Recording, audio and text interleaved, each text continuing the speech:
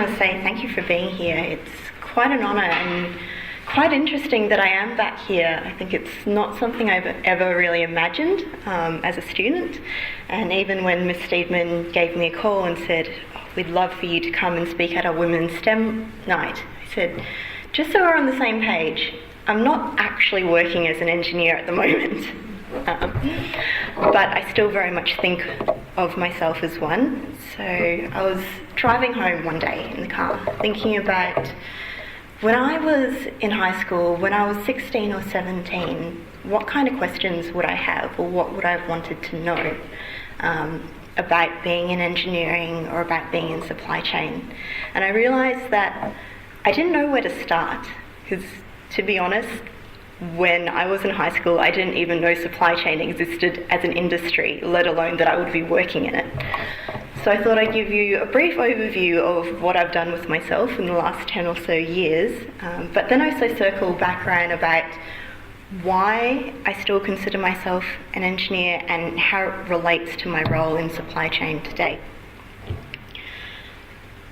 Is this working? Yeah. Yep. Other way. Alright. So, I was here in SAC. I started in Year 7 in 2004 and I graduated in 2009. And I was never entirely sure what I wanted to do after school. I knew I wanted to go to university, mainly because I had a romanticised idea, because that's where my parents met. I didn't know what I actually wanted to do or what career I had in mind. And I kept changing my mind. Like a number of these other girls, I had a lot of varied interests. So I thought, oh, I like science, maybe I could do marine biology. And the next minute, I like Viscom, maybe I could be a graphic designer. Or I could work in IT. And about a month before I had to put in my preferences in Year 12, I thought, actually, maybe engineering would be right for me. Now, my father trained as an electrical engineer and he never worked as one. And he was very proud of his degree, mainly because he said that it set him up to do well later on. And he took a lot out of doing that degree, but wasn't ever locked into a particular industry. So I thought, I'll give it a shot. I can't say that I ever really liked maths at school, or that I was even good at it, but it was something which I thought, if I have to do it, I can put up with it for another year or so. So I started off with the Bachelor of Science at Melbourne Uni. It was a time where they had only just rolled out the Melbourne model, and I thought that gave me a lot of flexibility, just in case I didn't like it and changed my mind again. And while I was at university, that's where I really fell in love with the idea of engineering, not just because I was interested in what I was studying, but because you had this mindset of, I can actually make a difference. I could potentially do something to change the world, because you start learning about all these different pieces which affect everyday life. From simple things from how we make food, how we get fresh water, to where our electricity comes from. So I continued on in masters. I did a 3-year masters instead of 2 because I was enjoying myself that much, and it meant that I got to be involved in a lot of volunteering, a lot of co-curricular activities. It let me get into positions where I could be a leader in or an ambassador for the Melbourne School of Engineering.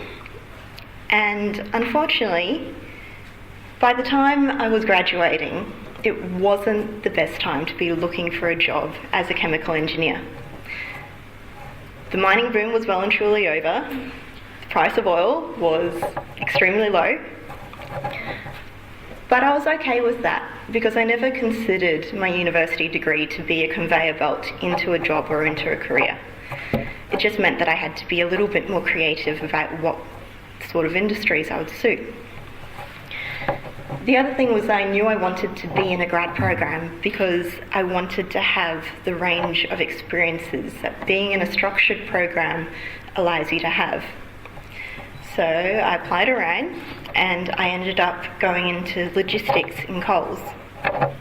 That took me to Perth for 2 years because it wasn't something that they actually offered in Victoria. I was one of 6 graduates in the nation in our distribution centres, and that was really exciting, really interesting, because it really allowed me to put what I'd learnt in uni to the test and see how it translates to the real world.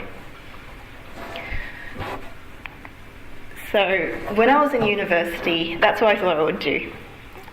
As I mentioned, I loved what areas of engineering could touch, and I was really interested in research for a while. What I ended up doing looks more like this.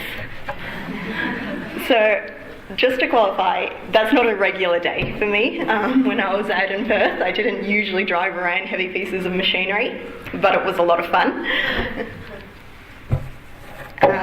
I did find that being out in a distribution centre and working in logistics, I was able to go in prepared for that sort of industry. First of all, engineering cemented this idea that safety comes first, to the point that it's part of my DNA. Now, it's not something which you always think about, particularly in school. You might be told to put on safety glasses or wear a lab coat in the lab, when realistically, a lot of the time you're just boiling water. When you're out in industry though, everything gets bigger, and you realise that, particularly when looking at through an engineering lens, if you make a mistake, it has real consequences. And you have the power to look out for that and to hopefully prevent someone getting hurt. Other than that, I found that it was really great to be mentally prepared to work somewhere that wasn't a standard office and to be in a male-dominated industry, which supply chain very much is. But nowadays, now that I'm back in Melbourne, I've come back to work in a central role in the head office, and my day looks a lot like that. So at the moment, I'm the National Inventory and Planning Specialist for Supply Chain in Coles, and often my day will involve a mix of doing regular reporting, troubleshooting small issues, as well as looking at how do we improve the business. It involves a lot of collaboration. And those are 2 things, problem solving and teamwork. It's so important no matter what industry you go into, but I found I really got a lot of skills out of my degree doing that. A lot of people say that engineering is all about problem solving and about being creative, but it gives you a very structured format, an approach to think about problems. The other thing which I found very helpful, going from chemical engineering into supply chain, is that a lot of what I learnt in my degree was process engineering. How do you take A, turn it into B, in the right quantities and in the amounts you want at the time you want it? In a nutshell, that is supply chain. How do you get A to B in the right quantities and at the time that you want it? The difference is that instead of working with pipes and pumps, I'm working with truck drivers and forklifts.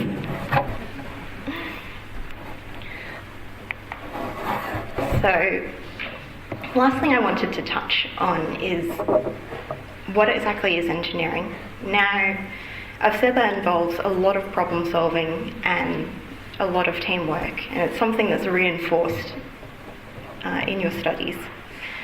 The truth is, engineering can take you so many places.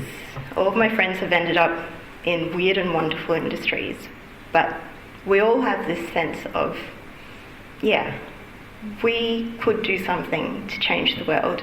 It may not be big, it may not be curing cancer, or building the next driverless car, or building an Iron Man suit, which I know some people are very keen to do.